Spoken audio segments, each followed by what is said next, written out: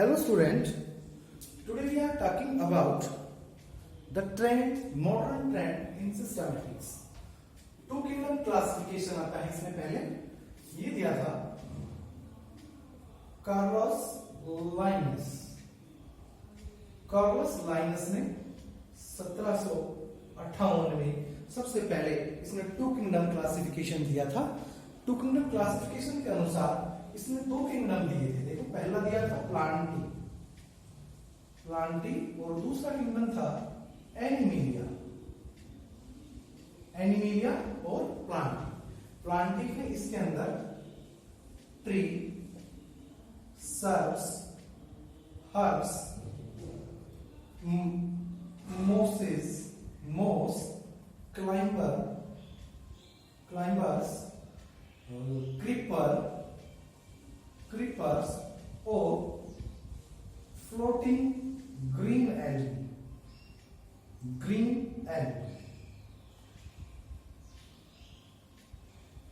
ये इसने प्लांट्स के अंदर क्लासिफिकेशन किया था।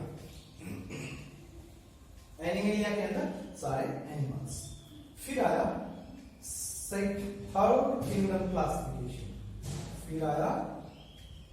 Third kingdom classification. Third kingdom classification जो था वो थर्ड किंगडम क्लासिफिकेशन था। देखिए स्टूडेंट्स, ये मैं सेकंड चैप्टर के आधार पर कर रहा हूं। थर्ड किंगडम दिया था अर्नेस्ट हक्कल। ये दिया था अर्नेस्ट हक्कल जो साइंटिस्ट था। वो जर्मन बायोलॉजिस्ट था। ये German biologist and philosopher. German biologist के साथ साथ ये फिलोसोफर भी था।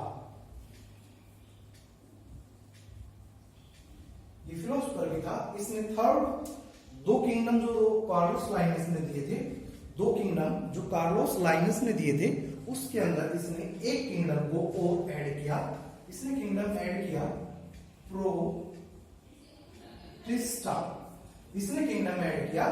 प्रोटिस्टा। और ये इसने किंगडम दिया था 1866 में। इसने प्रोटिस्टा ऐड किया। क्यों ऐड किया प्रोटिस्टा? क्योंकि उसके अंदर प्रोटिस्टा के अंदर इसने यूनिसेलुलर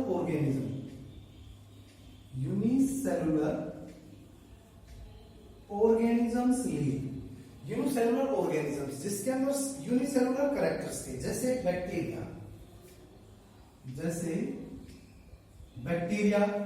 बैक्टीरिया के अंदर भी सिंगल सेल,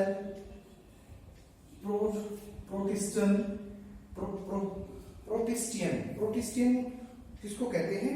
जिसमें सारे यूनिसेलुलर हैं। तो यूनिसेलुलर बैक्टीरिया,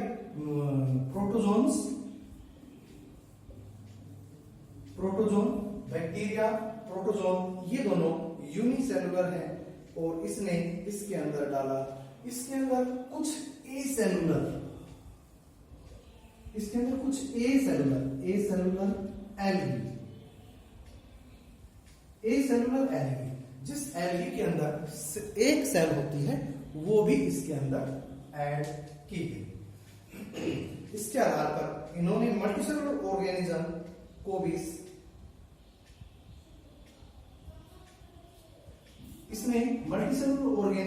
भी देखा। मल्टीसेलुलर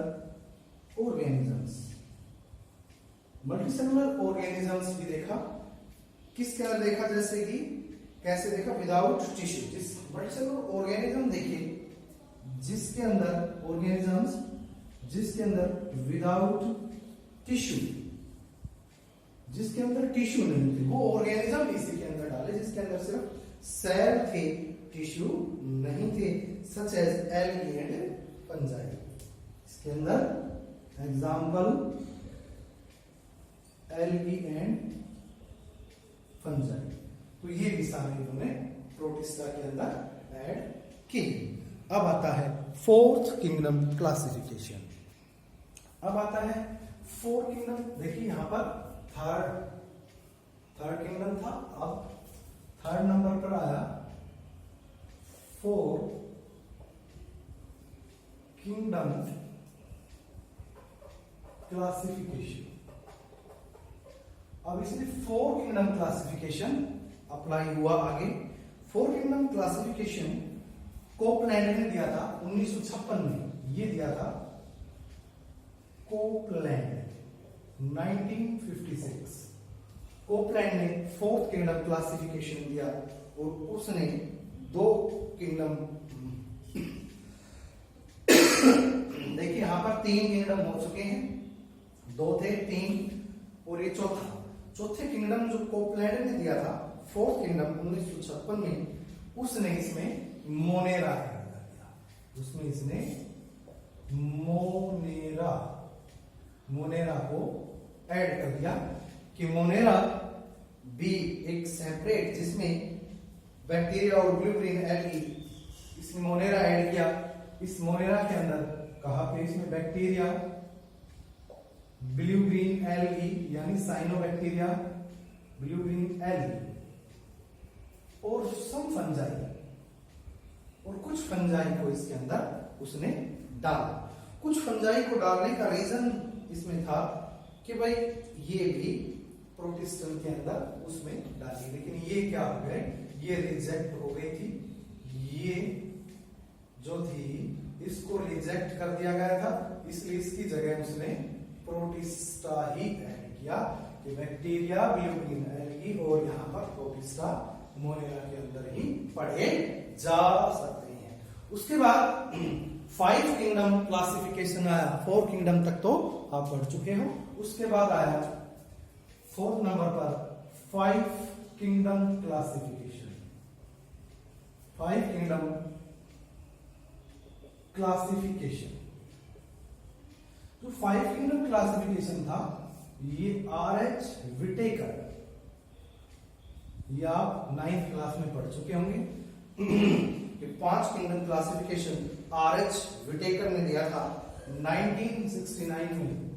1969 में देखिए प्लांट एनिमल हो गया, प्रोटिस्टा हो गया, मोनेरा हो गया, लास्ट क्या बची, एक अमेरिकन टैक्सोनोमिस्ट था जिसने, ये क्या था, अमेरिकन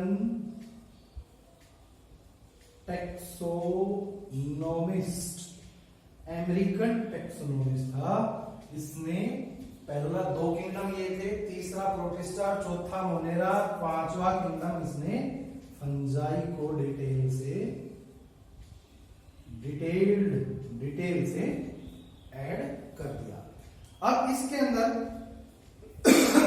2 किंगडम से लेकर 5 किंगडम की एक्टिविटीज कैसे थी, इसने 5 किंगडम को किस प्रकार डाला। इसने 5 किंगडम आप स्टार्टिंग में पढ़ रहे हो। सबसे पहले इसने किंगडम डाला मोनेरा, सबसे पहले डाला मोनेरा। मोनेरा के बाद इसने डाला प्रोटिस्टा, इनको ऐड किया। प्रोटिस्टा के बाद इसने डाला फंगी, फंगी के बाद प्लांटी और प्लांटी के बाद एनिमिया। देखिए कॉम्प्लेक्सिटी के आधार पर इसने जो करेक्टर डाले, कॉम्प्लेक्सिटी ऑफ सेल, कॉम्प्लेक्सिटी के आधार पर करेक्टर्स को इसने ऐड किया कि कॉम्प्लेक्सिटी क्या है, किस प्रकार के कॉम्प्लेक्स स्ट्रक्चर वो डेवलप कर रहे हैं।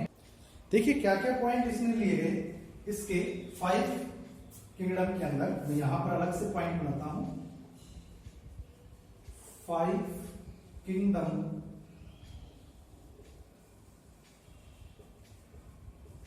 Classification. 5 kingdom classification. 5 kingdom classification is based on following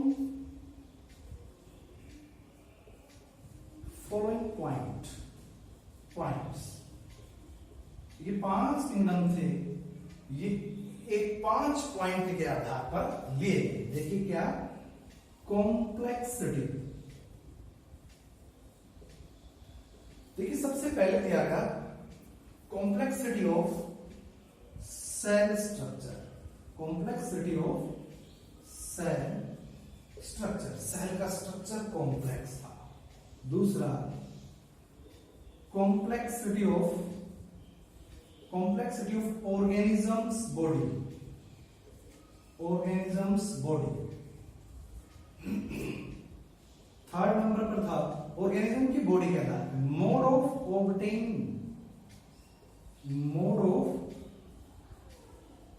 obtain nutrition, कि किस प्रकार का न्यूट्रिशन लेते हैं।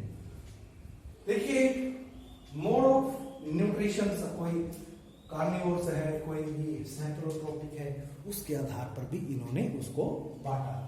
उसके बाद फोर्थ पॉइंट पर बांटा इसने फाइलोजेनेटिक रिलेशनशिप, फाइलोजेनेटिक रिलेशनशिप कि भाई इवोल्यूशनरी रिलेशनशिप किस किस चीज के हैं, इसके आधार पर इन्होंने डाला।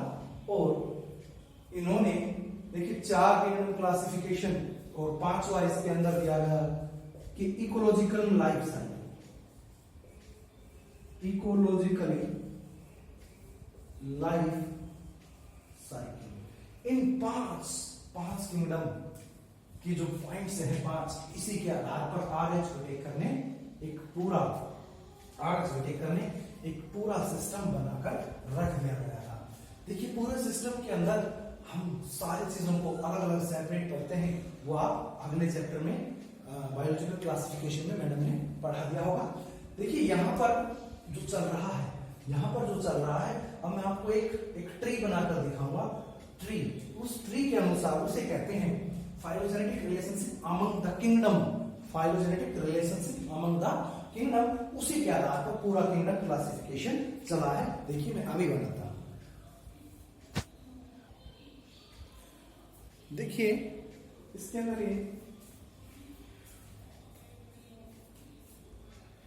अंदर ये ट्री बनाया गया,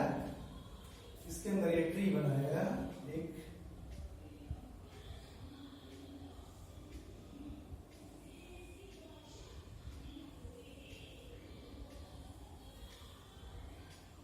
ये ट्री बनाया गया। ये ट्री कई बार पूछा जा चुका है। देखिए ये ट्री बनाया गया, इसे कहा गया प्रोटेबल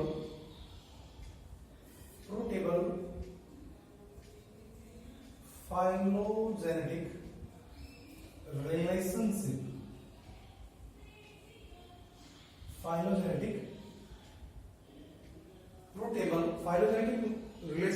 among the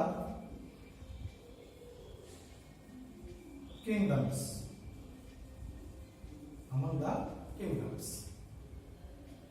देखिए सेंटर पॉइंट, जो सेंटर पॉइंट है, ये यहां पर आए प्रोकार्योटिक, यहां पर डाले प्रोकार्योटिक, यहां पर डाला किंगडम मोनेरा। क्योंकि ये ऑटोट्रोपी, ये क्या है, ये ऑटोट्रोपी और कीमोसिंथेटिक, ये ऑटोट्रोपी और कीमोसिंथेटिक है। उसको नीचे लिखता हूं, ये ऑटोट्रोपिक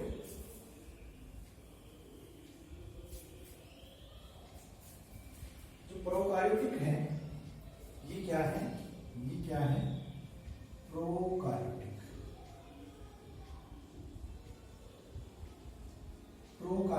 ये है ऑटोट्रोपी एंड कीमोसिंथेटिक।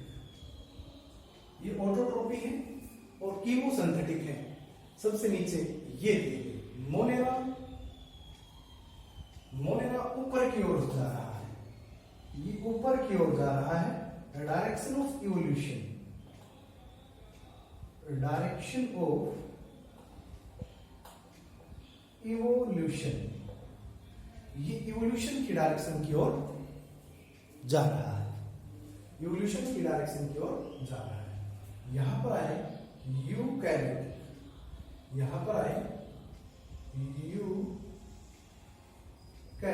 यूकैरियोटिक क्यों आए? क्योंकि यहां पर complexity of cell, complexity of cells आ गए, यहां पर कॉम्प्लेक्सिटी ऑफ सेल आ गए, यहां पर कॉम्प्लेक्सिटी सेल आ गए, जिसके कारण यहां पर यूकैरियोटिक आया। यहां पर दिखाया गया प्रोटिस्टा, यहां पर आया प्रोटिस्टा क्योंकि इवोल्यूशन ऊपर की ओर हो रहा है। अब देखिए मिडल लाइन से यहां पर आया एनीमिलिया, यहां पर किंगडम एनीमिलिया आया। क्यों आया एनीमिलिया? क्योंकि ये कंज्यूमर्स हैं और हेट्रोट्रोपिक, और हेट्रोट्रोपिक इंगेशन है, हेट्रोट्रोपिक इंगेशन, ये दूसरों का खाना खाते हैं, कंज्यूमर में आ गया। अब बीच में आया फंगी, ये आया फंगी क्योंकि ये भी खाता है, वो ये भी खाता है, इसको कहा गया डीकंपोजर, इसको कहा गया डीकंपोजर। ये हेट्रोट्रोपिक एब्जॉर्प्टिव है, एब्जॉर्प्टिव, हेट्रोट्रोपिक है, हेट्रोट्रोपिक है, एब्जॉर्प्टिव, एब्जॉर्प्टिव मींस एब्जॉर्प्शन करने वाला। यहां पर आया, यहां पर आया, ये नीचे जा रहा है, यहां पर आया प्लांटी, यहां पर आया प्लांटी क्योंकि ये ऑटोट्रोपी है और फोटो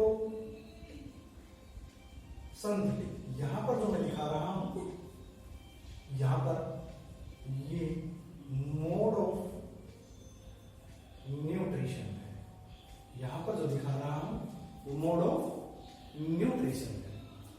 देखिए यहां पर प्लांटी आ गया। अब ये लाइन यहां पर कट हो गई है, यहां पर कट हो गई है, यूकैरियोटिक बीच में रह गए, प्लांटी ऊपर रह गए, बीच में यहां पर क्या आ गए? सिंपल, यहां पर आ गए सिंपल यूनिसेलुलर, यहां पर आ गए simple unicellular complexity of organism, क्योंकि यहां पर कॉम्प्लेक्सिटी ऑर्गेनिज्म, यहां पर कॉम्प्लेक्सिटी ऑफ सेल थे, यहां पर कॉम्प्लेक्सिटी ऑफ ऑर्गेनिजम्स आ रहे हैं, और इसके आधार पर इस पूरे किंगडम की क्लासिफिकेशन हुई। इसे कहा गया ट्री ऑफ क्लासिफिकेशन, इसका नाम है प्रोटेबल, इसे कहते हैं probable phylogenetic relationship, phylogenetic relationship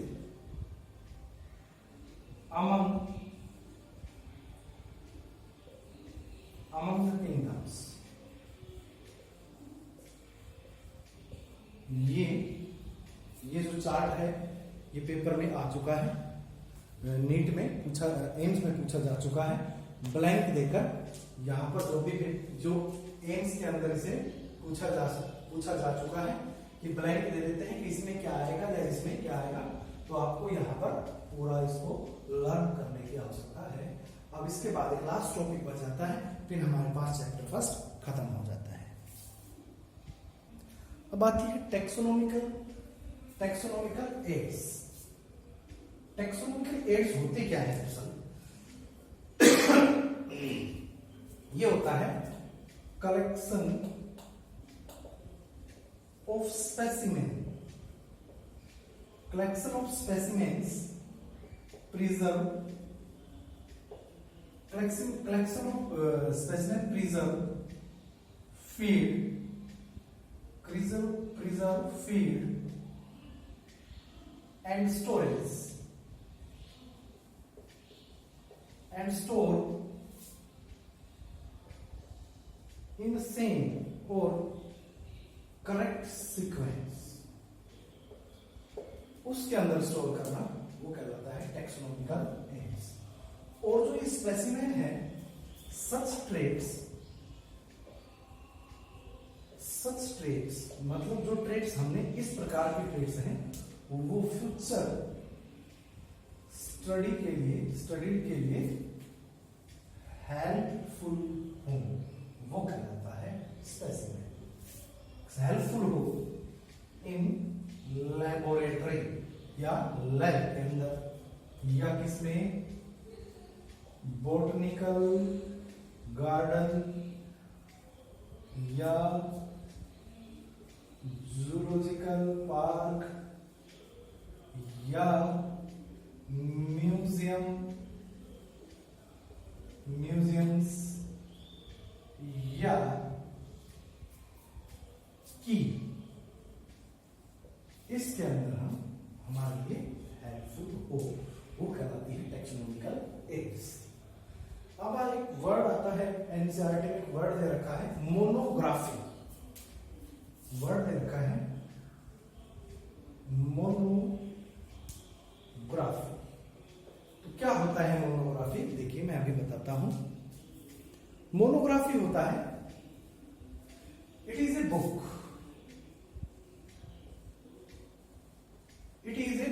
ये एक बुक है और इजी और as A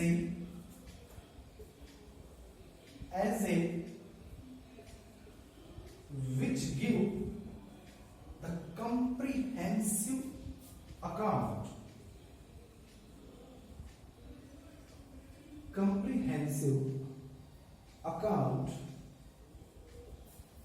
of all the available information।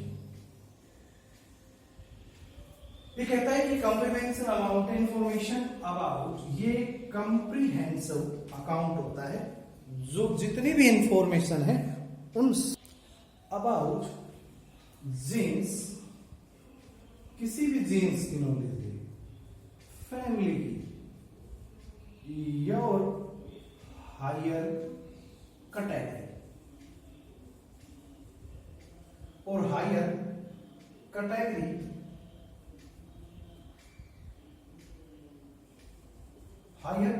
के बारे में बताएं, किसी भी कंडीशन के अंदर ये बताए। इसलिए मोनोग्राफी होती है, एक बुक होती है जिसके अनुसार जितने भी जीन्स हैं, जितने भी फैमिली हैं, जितने भी हायर कैटेगरी है, उनकी इंफॉर्मेशन एक अलग अलग तरीके से कॉम्प्रिहेंसिव यानी ABCD के आधार पर रखी हुई होती है। और ये